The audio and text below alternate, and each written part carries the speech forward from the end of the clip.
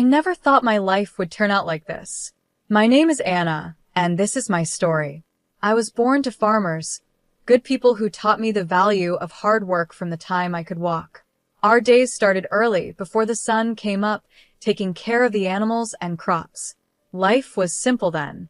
I would go to school, come home, and help out on the farm. Weekends were for spending time with family and catching up on chores. It was all I knew, and I was happy with it. But things changed after I graduated high school. My parents, bless them, wanted more for me than a life on the farm. One evening at dinner, my dad said, "Anna, we've been talking. Your mom and I think you should go to college." And just like that, my world got bigger. I packed my bags and moved to the city, a place so different from what I was used to that it felt like another world. College was an experience. The classes were interesting, but it was the people that really opened my eyes. Students came from all kinds of backgrounds, with dreams and plans I had never imagined. Then I met Scott in my third year. He was charming, confident, and so different from the farm boys back home. Scott seemed to know exactly what he wanted from life. "Life's too short to spend it working all the time," he'd say, lying on the grass outside the library. "We should enjoy it while we're young." I was hooked. He made life seem like an adventure, not just a list of chores. We started dating, and before I knew it, we were talking about getting married. When I told my parents, they were cautious. They wanted to meet Scott and get to know the man who had won my heart. After Scott's first visit to the farm, my dad said, "He seems nice enough, but there's something I can't put my finger on. Just be careful, Anna." I brushed off his concerns. What did my old-fashioned dad know about love? Scott was perfect, and our life was going to be perfect too. My parents, being the kind people they are, paid for our wedding and even bought us an apartment in the city. "We want you to have a good start," my mom said, her eyes misty. "Thanks, Mom and Dad," I said, hugging them tightly. "I promise I'll make you proud." As Scott and I stood at the altar, exchanging vows and rings, I thought my life was all set. I had a husband who I thought loved me, a good job in the city, and a bright future ahead. The first couple of years of our marriage seemed fine to me. Scott and I both worked in the city, and we settled into a routine.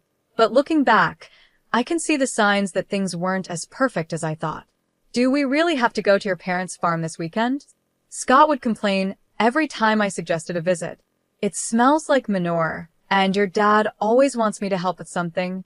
I'd sigh and try to explain. "They're my family, Scott, and they've done so much for us." He'd grumble, "Fine, but I'm not shoveling any cow poop." I brushed it off, thinking he was just a city boy not used to farm life.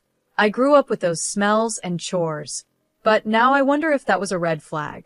3 years into our marriage, I got pregnant. I was over the moon, and my parents were thrilled. A grandchild, my mom squealed over the phone. "Oh, Anna, we're so happy for you." Scott, on the other hand, wasn't as excited. "A kid already? I guess that's okay." I figured he was just nervous and that he'd warm up to the idea of being a dad. My parents, as always, were incredibly supportive. They bought us a car and even paid for our vacations. I was so grateful, but Scott seemed to take it all for granted. "Of course they're helping us," he'd say. "That's what parents are supposed to do." When our son Peter was born, I fell in love with him instantly. But Scott struggled. He tried, but fatherhood didn't come easily to him. "Can't you keep that kid quiet?" he'd complain when Peter cried at night. "Some of us have to work in the morning." I held back my frustration, telling myself we were both just getting used to being parents. Life went on, and we visited the farm when we could, though Scott became more reluctant with each trip. "Your dad wants me to help fix the tractor again," he'd groan. "I'm not a mechanic." I'd watch my dad and Scott working together, my dad patiently showing him how to fix things while Scott fumbled with the tools, looking annoyed. Then, within a year, both of my parents passed away. I was heartbroken. "They're gone, Scott." I sobbed into his shoulder. "I can't believe they're really gone." He patted my back awkwardly and said, "It'll be okay. At least they left us the farm." His words shocked me. The farm, my family's legacy, and all Scott could think about was what we'd inherited. A few months later, Scott dropped a bombshell. We should sell the farm, he said one night at dinner. We could buy a big house in the city and live like royalty. I wanted to argue, to fight for my family's legacy, but I was so tired, worn down by grief and the challenges of being a mom. Wasn't I supposed to support my husband's decisions? Okay, I said quietly, if you think it's best. And just like that, with a few signatures on some papers, my family's history was sold to the highest bidder. The money went into our joint account, and Scott was overjoyed. We're set for life, Anna, he said, thrilled. No more working ourselves to the bone. We can do whatever we want now. I nodded and smiled, trying to push down the emptiness I felt inside. This was what Scott wanted, and as his wife, wasn't I supposed to support him? After selling the farm, life changed. The money from the sale gave us some comfort. I'll give Scott that. We didn't have to work as hard anymore. We both cut back to part-time hours, and for a while, it felt like we were living the dream. But as time passed, I started noticing things. Scott, who had never been much of a hard worker, seemed to lose all motivation. He'd quit jobs without a second thought, always with some excuse. That boss was a jerk, he'd say, or they expected too much. I'm not a slave, you know. I tried to reason with him. Scott, we can't live off the farm money forever. We need to think about the future. He'd just wave me off. Relax, Anna. We're set for life. Why work ourselves to death? Meanwhile, our son Peter was growing up quickly. He finished high school, then college, and soon he was working and living on his own. I was so proud of him, but I missed having him around. One day, I was reading the newspaper when a name jumped out at me. It was an article about a successful concrete plant owned by Scott's Uncle John. Scott. I called out, "Did you see this article about your Uncle John?" Scott's face darkened. "I don't want to hear about that old tyrant," he snapped. I knew the story, at least Scott's version of it. His parents had died when he was young, leaving him in the care of his uncle. Scott always said John had been controlling, trying to force him into the family business. He never listened to what I wanted, Scott had told me years ago.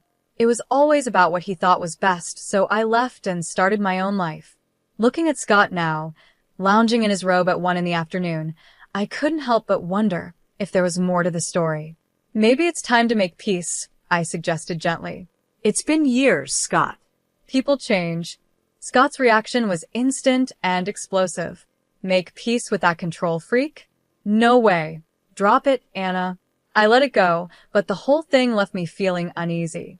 There was so much anger, so much resentment in Scott's words.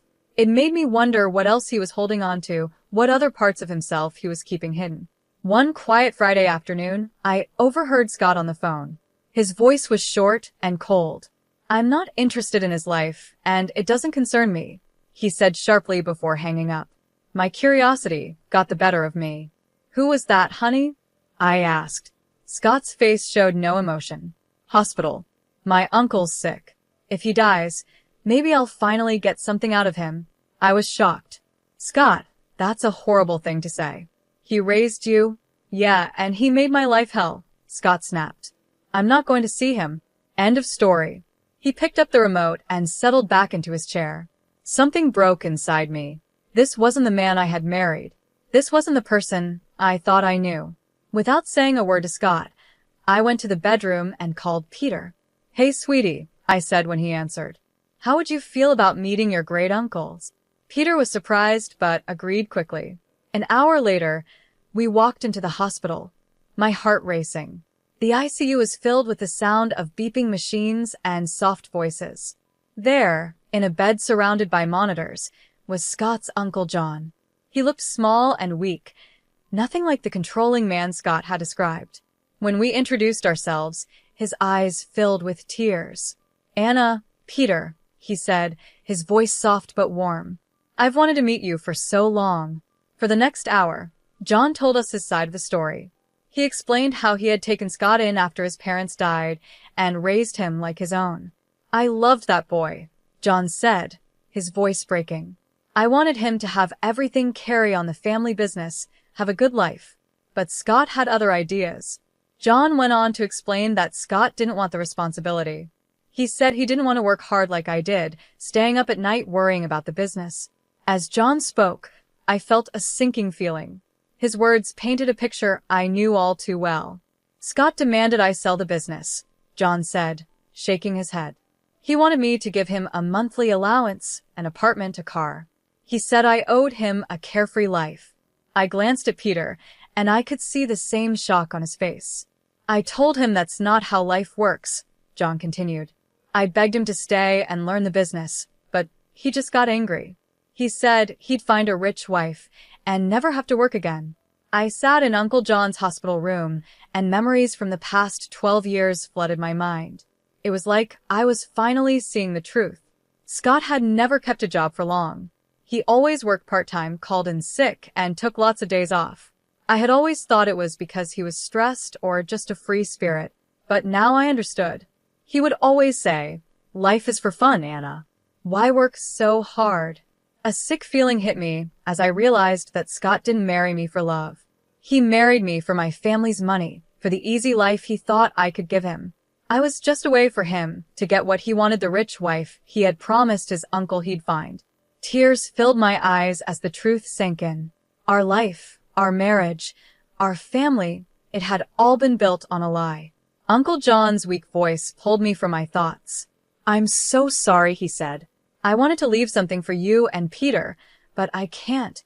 "It's okay," I said, squeezing his hand. "We don't need anything." "I had plans," John continued, sounding upset. "A new project. It would have changed everything, but I ran out of time." Suddenly, John's face twisted in pain, and the machines around him started beeping urgently. A nurse rushed in. "You need to leave," she said. A few days later, the call came. Uncle John had passed away. When I told Scott, his reaction made my blood run cold. "Finally," he exclaimed, grinning. "Took the old bastard long enough." I stared at him, horrified. "Scott, he was your uncle. He raised you." Scott waved me off. Yeah, so when's the funeral? Do I need to go?" In the end, Scott didn't attend the funeral. Peter and I arranged it ourselves. It was a small, dignified service that I hoped would have made Uncle John proud. While I was mourning a man I had barely known, my husband was at home celebrating, calculating his new wealth. I overheard him on the phone when I got home, saying, "The factory's got to be worth at least 30 million. Can you believe it? I'm rich." I watched Scott strut around the house, bragging about his inheritance, and felt nothing but disgust. This wasn't the man I thought I'd married. He was a stranger in my husband's skin. Then things got even worse. One evening, Scott looked at me with cold eyes and said, "You know, Anna, you're getting kind of old for me. I think it's time for an upgrade." I couldn't believe what I was hearing. "Excuse me?" I asked. He shrugged, not even trying to look guilty. "You heard me. I'm rich now. I can do better." Over the next few weeks, Scott's behavior spiraled out of control. He stayed out late, coming home in the early morning, reeking of alcohol and perfume. More than once, I was left feeling like I had lost everything. I noticed lipstick stains on Scott's collar, and every time I confronted him, he'd brush me off. "Mind your own business," he'd say. "You should be grateful I come home at all." One night, as I lay awake, listening to him stumble in at 4 a.m., I realized something had to change. I couldn't keep living like this. I deserved better, but more importantly, I needed to know the truth about Scott, about the inheritance, and about the life I thought we had built together. One morning, after another night of Scott coming home at dawn, I'd had enough. "Where were you?" I demanded, my voice shaking with anger and hurt. Scott rubbed his bloodshot eyes and narrowed them at me. "None of your damn business, Anna. You should be grateful I even come back at all." I felt like I'd been slapped. "Grateful? Is that what you think our marriage is?" He ignored my question, his eyes calculating. "How much is left from your parents' inheritance? We must have some savings, right?" The sudden change of topic caught me off guard. "What?" "Scott, we've spent it all. The accounts are empty." His face twisted with disgust. "Empty? You've got to be kidding me." He paced the room, muttering to himself, then turned to me, his eyes cold. Well, I guess that's it then. I'm done here. Done with you. Before I could respond, the front door opened and Peter walked in, his eyes widening as he saw the tension in the room. Scott's demeanor shifted instantly. He forced a smile and walked over to our son. Peter, my boy, just the person I wanted to see. I need you to sign something for me. Scott pulled a document from his pocket and handed it to Peter. It's just a formality. You're giving up any claim to Uncle John's estate. Since there's no will, it all comes to me anyway. Peter looked confused, glancing at me for guidance. After I gave him a small nod, he signed the paper without hesitation. Scott's grin was triumphant as he grabbed the document back. Then, as if a switch had flipped, he turned to me, his voice cold and flat. I want a divorce, he said. I never loved you, Anna. I just put up with you for your parents' money. But now I'm rich. I don't need you anymore. His words hit me like a punch, even though deep down I had suspected this. Hearing it laid out so bluntly was still devastating. I'm moving to Uncle John's house, Scott continued, already packing a suitcase. Don't try to contact me. It's over. And just like that, he was gone. 33rd years of marriage packed into a suitcase and out the door. I stood there, frozen, trying to make sense of what had just happened. It felt unreal, like a bad dream. I couldn't hold it together any longer. Mom? Peter's voice was soft, full of concern. Mom, are you okay? I turned to look at my son, my steady rock, and the dam broke. Tears poured down my face as Peter wrapped his arms around me. It's okay, Mom, he whispered, holding me tight. We'll get through this. You're strong, and you'll be okay. As I clung to him, sobbing into his shoulder, I couldn't help but be amazed at the man he had become, kind and compassionate, everything his father wasn't. Then I realized something. You're the best thing he ever did, I whispered to Peter. The only good thing to come out of this marriage. Peter hugged me even tighter, and in that moment, I knew that no matter what happened, I wasn't alone. I had my son, and together, we'd face whatever came next. The weeks after Scott left were a blur of pain and disbelief. I tried to stay strong, to focus on moving forward, but it wasn't easy. Scott seemed determined to flaunt his new life right in my face. It started with his Facebook posts, pictures of Uncle John's mansion, which was now Scott's home, filled his timeline. I tried to ignore it and focus on healing. Then, the photos changed. A young woman started appearing in them. She was blonde, beautiful, and barely older than Peter. In one photo, Scott had his arm around her, both of them smiling at the camera. The caption made me feel sick. Meet my fiancée, Joyce. Upgrade complete. The calls started almost immediately. Friends, acquaintances, even some of Peter's old teachers reached out. Anna, dear, is everything okay? We saw Scott's posts. What's going on? I couldn't take it anymore, the humiliation, the constant reminders of Scott's betrayal. It was all too much. So, I did something I never thought I'd do. I called Scott and asked to meet. After speaking with a lawyer, the day of the meeting arrived. I waited at our old favorite cafe, divorce papers in hand. Scott strolled in with Joyce on his arm. She couldn't have been more than 27, her face covered in makeup, giggling at something Scott whispered in her ear. Well, Scott smirked as he pulled out a chair for Joyce. If it isn't the old ball and chain. Joyce, honey, meet Anna, the starter wife. Joyce gave me a pitying look that made my blood boil, but I kept my cool. I have the divorce papers here, I said, sliding them across the table. I'm not asking for much, just the house. You can keep everything else. To my surprise, Scott picked up the pen without a word. Fine, have your little house. I've got bigger and better things now, Scott said as he scribbled his signature on the papers. Then he turned to Joyce, his voice dripping with fake sweetness. Now I can finally be with someone I truly love, someone worthy of me.